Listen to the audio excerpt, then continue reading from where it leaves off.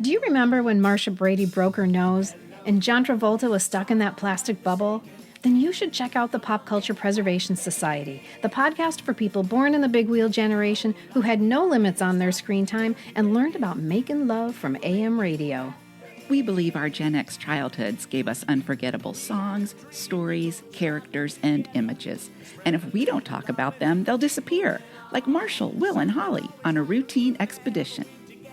We have almost 200 episodes preserving the cultural nuggets of our Gen X childhoods, from the Bee Gees and Barry Manilow to the Brady Bunch and Battle of the Network Stars.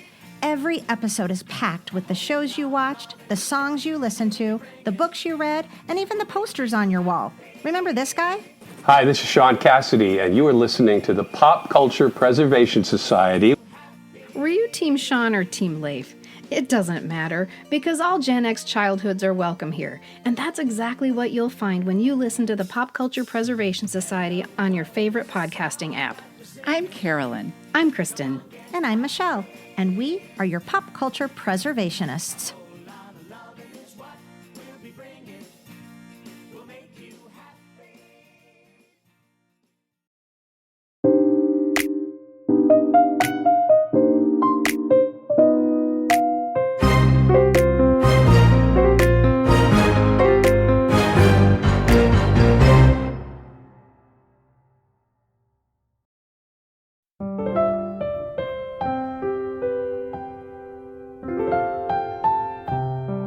Today's episode is a little different.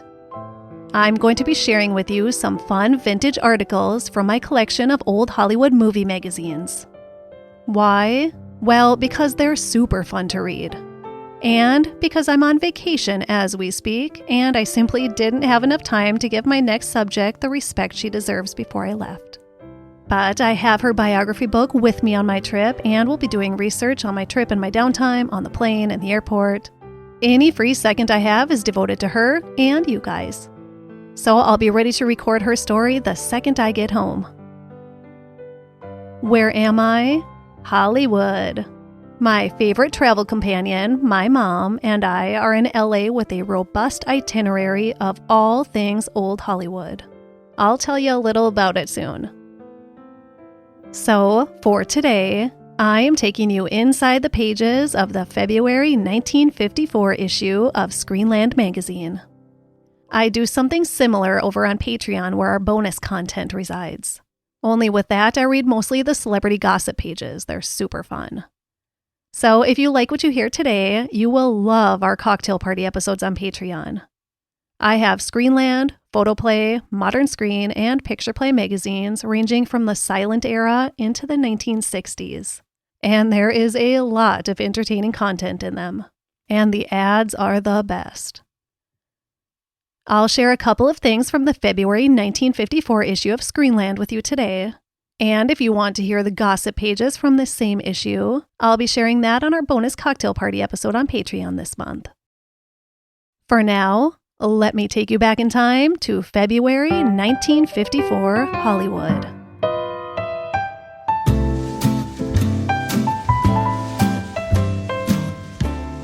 First, I want to read an article called Impassioned Iceberg, written by Vincent Rogers. And the iceberg in question is Rock Hudson. It's kind of a sad article, knowing what we know about him and the struggles he went through. But here we go. In a world where romance is run hot one day and cold the next, one actor stays at even temperature. 0. He is Rock Hudson, who, on the screen, looks as if he would gobble up any young girl, but doesn't disguise that he finds her off-screen prototype hard to swallow. Girls who have been cursily dated by Rock Hudson are quick to say he's shy and uninterested to the point of inarticulousness. And they'll go on to say Rock would rather talk shop than flirt. And when a girl is bold enough to remark on the fact, he pats her on the arm softly and says, "Baby, being an actor is a full-time job, and I'm working all shifts." On the other hand, take a girl who has gone out with him many times because, from the first date, they liked each other on sight. Glamorous Yvonne DiCarlo. She says, "You have to know Rock very well to really understand what he's like. He may seem impassioned, but actually, he's an iceberg in disguise. Be that as it may, Rock Hudson in his familiar guise of a knight in icy armor needs thawing out. That he can be is evidenced by his steady dating with girls like Yvonne DiCarlo, Piper Laurie, Jill Clifford, and Betty Abbott. All four of them find that after a little gentle work at thawing, Rock has a heart that beats like any other man's. What, then, is Rock's purpose of exploiting the iceberg touch whenever he's in the company of the other sex? Is it that women really leave him cold? Is it that he is so wrapped up in his career that he would rather embrace a script than a pretty girl? Or is it that, when it comes to women, Rock is just plain, out-and-out blasé? The answer to all these questions is no. That seeming coldness of Rock's when he is in the company of members of the other sex, reveals a close friend, is merely a protective veneer. Although he doesn't complain it to strangers, Rock makes no bones about the fact that women have hurt him twice, and that he still feels the scars. In ample confirmation of this was a recent statement to an interviewer by Rock himself. It's no secret that I fell head over heels in love while I was still in high school. I thought the world of that girl and had planned my entire future around her. She seemed to see eye to eye with my plans for both of us, and then, crash, it was over, just like that. What Rock Hudson didn't reveal was how far the romance had progressed. They had been going steady for almost 2 years. And one day he said to her, "Let's get married. I've got good hands. I'll do anything to make it stick. Dig ditches, sell door to door, drive a truck, anything." The girl seemed to fall in with his plans, and Rock spent nights dreaming of the beautiful, rosy future. Then the nightmare came. The girl said she couldn't take the gamble. She wanted more security than Rock could offer her. Oh, she still loved him, but she wanted to eat regularly too. Many years were to elapse before Rock had forgotten his first girl sufficiently to be interested in a new one. This time the girl happened to be a movie star, well at the top, and always in the limelight. "Suddenly, one day I faced matters," said Rock, "and I found that a wife who earned as much money as she did could never give her husband any feeling that he was completely, emotionally, and economically a whole husband. If I flopped, I thought, what would happen? Perhaps that girl in high school was right after all. 2 down, and what to go?" The answer came to Rock Hudson with startling clearness. To be a success, have money in the bank, earn people's respect by doing a good job well, and then think of a wife, a family, and the real future. That became his philosophy. Today, romantically speaking, Rock Hudson is going to look before he leaps. He had more than his fair share of love disappointments by wearing his heart on his sleeve. Playing Mr. Iceberg, he feels, will provide a strong shield that only a real flame can penetrate. Yet it isn't only women that has brought out this need of a cold protective armor. A well-known Hollywood psychologist explained it rather well. Mr. Hudson, like all young men who suddenly and unexpectedly find themselves injected into a dazzling, glamorous world from a small-town background, was scared stiff at the transition. What would happen when he was to meet all the biggest names in show business, the top executives, the exciting women of Hollywood? How would he act? What was there for him to talk about? Truth of the matter is that Rock Hudson flopped at the first parties to which he went. He was a small-town boy meeting for the first time big city people. He offered good looks, a nicely mannered poise, but there was no dialogue to go with it. Rock was frightened as he had ever been frightened before, says one of his earlier friends. And he's still frightened, but he's learned a lot. He learned to stay frozen until he can provide some warmth. The myth that Rock Hudson is uncomfortable in the presence of women is best exploded by the fact that his nearest and dearest friend in all of Hollywood is Bud Abbott's niece, Betty. This pretty blonde script girl is the constant and most devoted companion. When Rock was in the hospital nursing a broken shoulder, she flew from England to be at his side. In Hollywood, he drives her to work every morning and picks her up at the end of the day. Together, they go to parties, shows, cook each other's meals, listen to records until the wee hours of the morning. They are seldom written about, never photographed together, but this has been going on a long time. It's in her company that the man Hollywood calls an iceberg really unfreezes, with no romantic connotations. And that's the way Rock would like to have it at the moment. In his book, it's still too soon to love anything but his work. The end. So go back and listen to my Rock Hudson episodes and just realize this is the stuff that he had to deal with, just to live every day.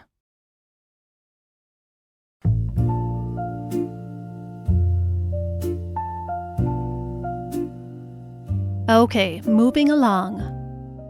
The next article I want to read you is called To Live Like a Movie Star. Terry Moore Doesn't Want to Lead a Domestic Life by Lewis Reed. Terry Moore, until a year ago, was just another young actress with a pretty face. Then, bang! Hollywood producers suddenly became aware of her physical allure, assigned her to the part of the co-ed in Comeback Little Sheba, who has a torrid affair with a college athlete. Terry, from then on, was a celebrity, recognized wherever she went. It was great fun being a movie star. On or off the screen, Terry loved the adulation that went with the life. Terry, who made the leap from starlet to star with her part in Sheba, explains, "It was the first time I had a really sexy part, and I was happy to be playing it." There were restrictions, however, to her uninhibitedness. She started out wearing sweaters in the picture, Terry asserted, but director Daniel Mann wouldn't let her wear them. She, quote, had to wear blouses and a bra strapped down to lessen the curves, end quote. Because she was portraying a well-bred college girl, she could not do the obvious things like casting sly glances or using a sultry voice. She was told merely to think sexily. "The only way I could get the idea over was with my eyes," she said. Terry liked even better her role of the stormy, unrestrained daughter of Frederick March in Man on a Tightrope. The picture, filmed in Germany, gave her an emotional part with drama, romance, and tragedy all neatly blended. She also found travel broadening, all of her sweaters suddenly becoming too tight. She believes, at 24, she has outgrown adolescent roles. Hollywood is not arguing with her now that she has shown she can play young women of dynamic, if not irresistible, come-hitherness. Like the vital person she is, Terry discovered some time ago that she had a certain irresistibleness for men in general. It was thought in Hollywood that her brief marriage to Glenn Davis, football star, would make her disillusioned about the male sex. But Terry is not bitter about men, just a bit bewildered. "Men always amaze me," is her comment. "I get to like a man and think he's nothing but a good friend. I'd like to keep it that way. Then suddenly, I find he wants to get serious." She met Davis in 1949 on a double date when the former All-American halfback to West Point was engaged to Elizabeth Taylor. She was only 19 at the time. The romance began to be serious to Hollywood observers when she went to Honolulu with her mother in the winter of 1951 to watch Davis play basketball. On February 9th, 1951, Terry, who was of the Mormon faith, married Glenn in the Church of the Latter-day Saints in Glendale, California, and they left for a 2-week honeymoon in Mexico City and Acapulco. In less than 2 months, the marriage was on the rocks. The couple separated, and Terry remained out of the Hollywood social world for 10 months while she took stock of herself, of marriage, of her future as an actress. In March 1952, she sued Davis for divorce, charging cruelty. Her only comment on the breakup was to declare that if Liz Taylor had to make a mistake in marriage, why couldn't it have been her first boyfriend? Liz's second boyfriend was Nicky Hilton, whom she married and divorced. Philosophizing about marriage, Terry made one uncommonly pert remark. "Film marriages," she said, "are like footballs. They get kicked around." Any place else in the world, she added, you can have 2 people who are physically attractive, marry, and expect to stay that way for the rest of their lives. Not in Hollywood, though. There, physical attractiveness isn't enough. There is so much to contend with in the film town, she said, that a marriage partner just has to be one who understands. particularly when the wife wants to be a star. "I feel I have never been married," Terry declared after the bust-up. "If Glenn had liked or understood Hollywood, it would have lasted. People are always making passes in this business. The biggest stumbling block in love is that one usually expects too much of others." Though she believes distrust and husband changing are too common in Hollywood, she has hopes for her own happiness. "Maybe I'll find someone who thinks as I do," she admits. "Wanting the same things, seeking the same things together is wonderful. But I don't trust many men, and most men don't trust women." After her divorce trial, Terry testified that Glenn, quote, "made a wreck out of me." She said the football star, now with the Los Angeles Rams, was insulting. He would ask friends if they thought she could really act, and when they said yes, he called them frauds, she told the court. Davis did not contest the suit. She asked for no alimony. Terry received her divorce from the 28-year-old Davis last April 17th. Friends felt she and handsome Bob Wagner had been waiting eagerly for the decree and would announce their engagement. Both Terry and the 23-year-old Wagner, son of Robert Wagner Sr., millionaire Detroit steel manufacturer, were in Tampa, Florida, making beneath the 12-mile reef when news of the divorce decree was published. However, no announcement of an engagement was made then or since. Terry Moore has had plenty of men friends during the 6 years she has been making pictures. She likes to party and is always in the middle of a party, she says. She likes people, and people like her. She loves the exciting, glamorous off-screen life of a movie star. Terry doesn't want to become domesticated. You know what? She wants to live like a movie star, and agrees with Bernard Shaw that feminine allure is more potent when the figure is concealed rather than openly revealed. No, she doesn't care for bikini bathing suits. She was born Helen Coford on January 7, 1929 in Los Angeles. Her mother, Mrs. Luella Coford, a former actress, trained her in acting. Following some radio work and a few performances in the Pasadena Playhouse, she made her film debut opposite Glenn Ford in The Return of October. She owes her screen start to Columbia's Harry Cohn, who was enthusiastic about her screen tests. Yeah, I bet he was. "There's so much money in pictures," she admits candidly. "Unfortunately," she adds, "you have to think about the money. Especially when, like Terry, you want to live like a movie star." The end.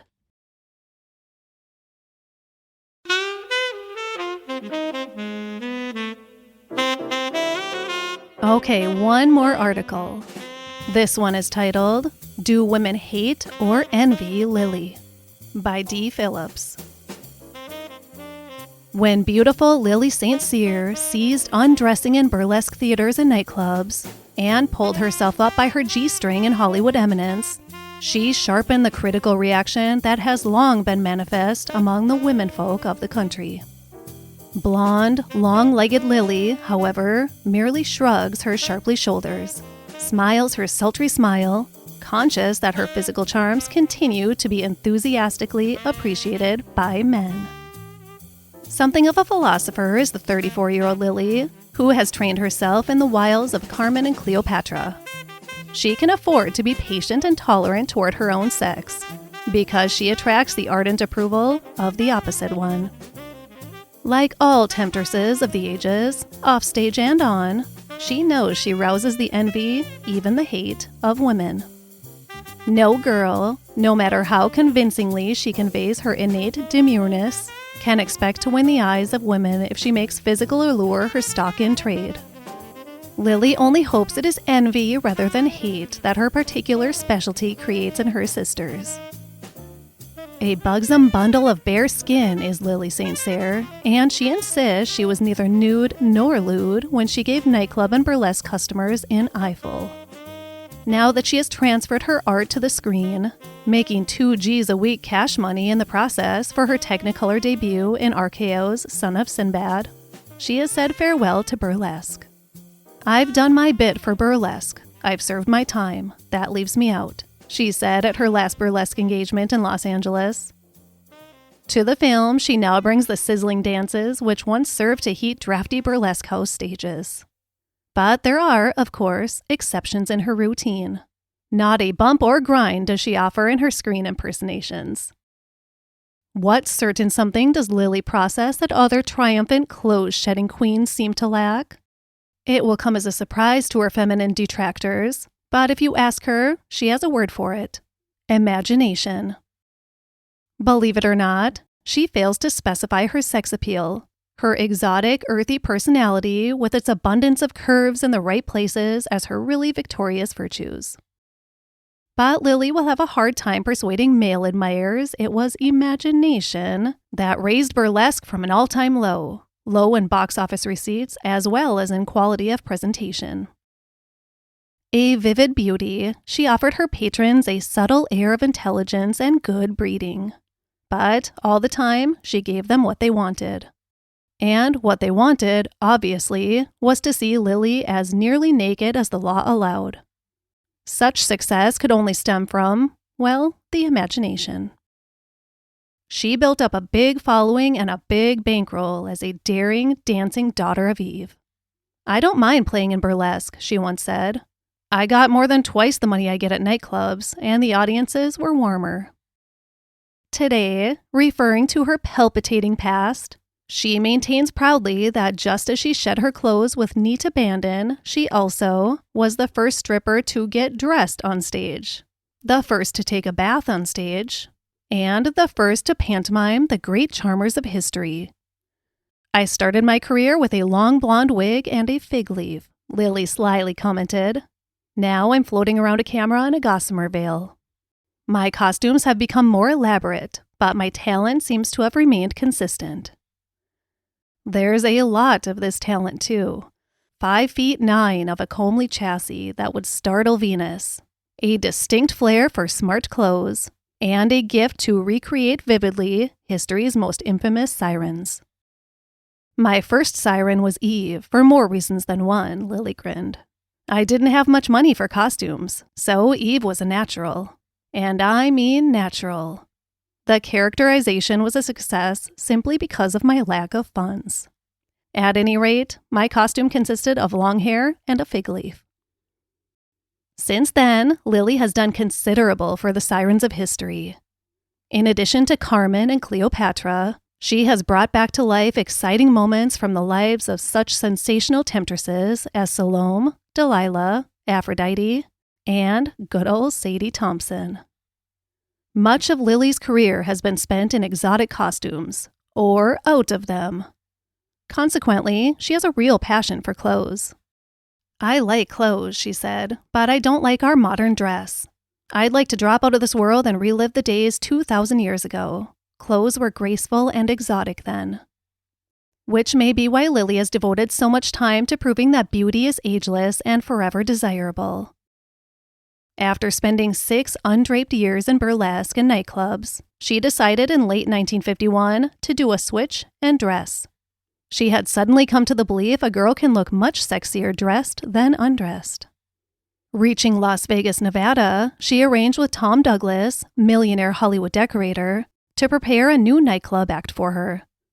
It called for her to take a bubble bath in a gargantuan champagne glass, wearing black lace panties, brassiere, net stockings, and a picture hat. Then she was to emerge to get dressed. A strip in reverse, so to speak. Appropriately, the act had its premiere on the Strip at Ciro's Swank nightclub in Hollywood. Ironically, Lili, who never got in trouble when taking clothes off in her old striptease routine, was promptly arrested for lewd and indecent exposure. Police raided the act at the opening performance as Hollywood luminaries were draped around the room. The celebrities were not missing a thing. Neither were the cops. There was just one difference. The law was shocked. Lili was quickly acquitted of the charge. A jury decided that her bubble bath was high art and any undue exposure of herself was purely accidental.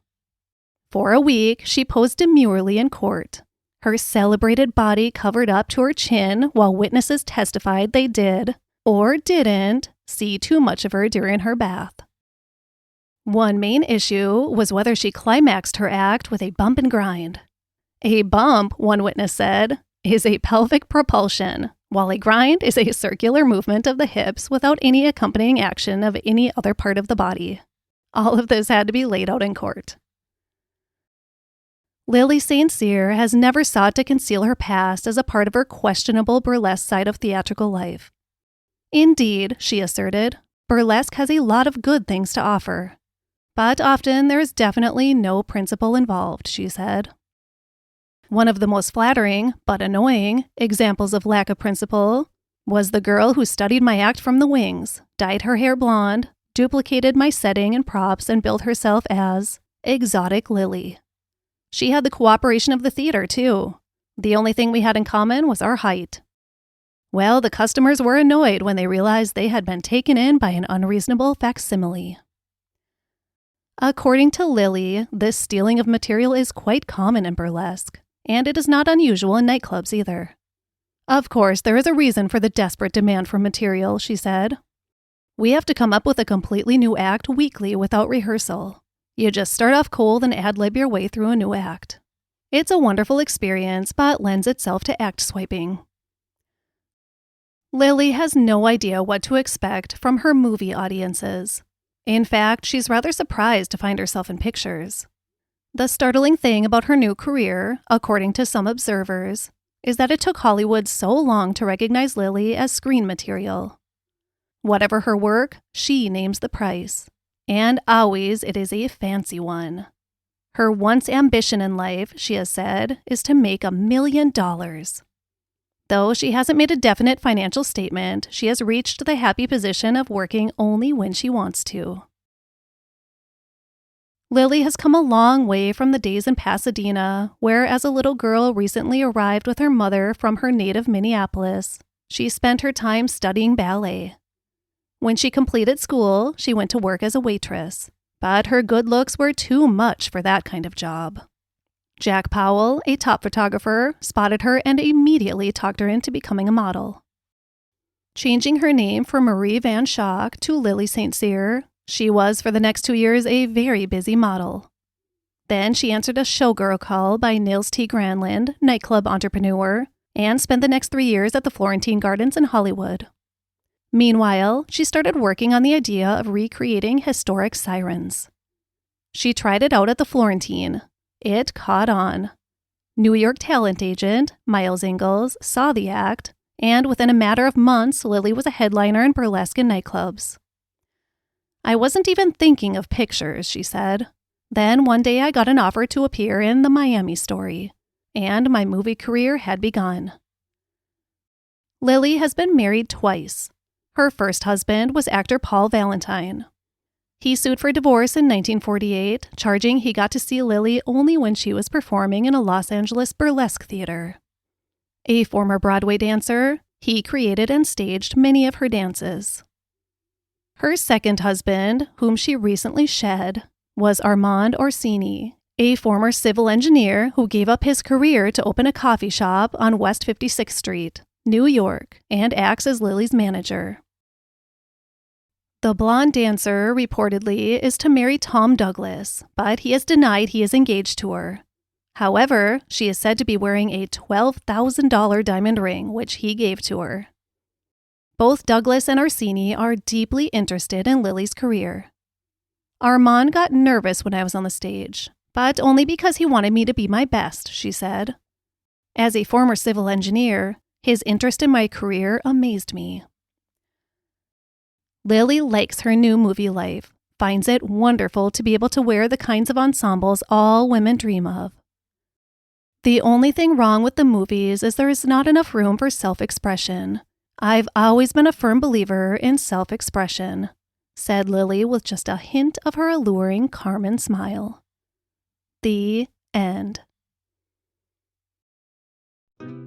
Well, I hope you guys enjoyed this little step back in time.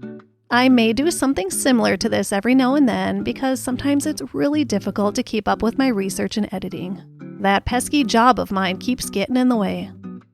As the show evolves, I find myself putting more and more research into each episode, which results in longer episodes, and that results in a ton more time editing. So pretty much anything I agree to socially, I pay for in the end. Good thing I like staying home. I don't want to deny our stars any of the respect and time they deserve in sharing their stories with you, so I might share something like this from time to time as I focus on my research. But I'm going to try to get a celebrity story out each week. But this was pretty fun, wasn't it? I just didn't want to leave you guys completely hanging. If you want more like this, please head on over to patreon.com/Stars of the Golden Age podcast and check out our monthly cocktail parties and so much more. Thanks, guys. Reach for the positive in every day, be kind to everyone you encounter, and have a great rest of your week. My source for this episode was the February 1954 issue of Screenplay Magazine.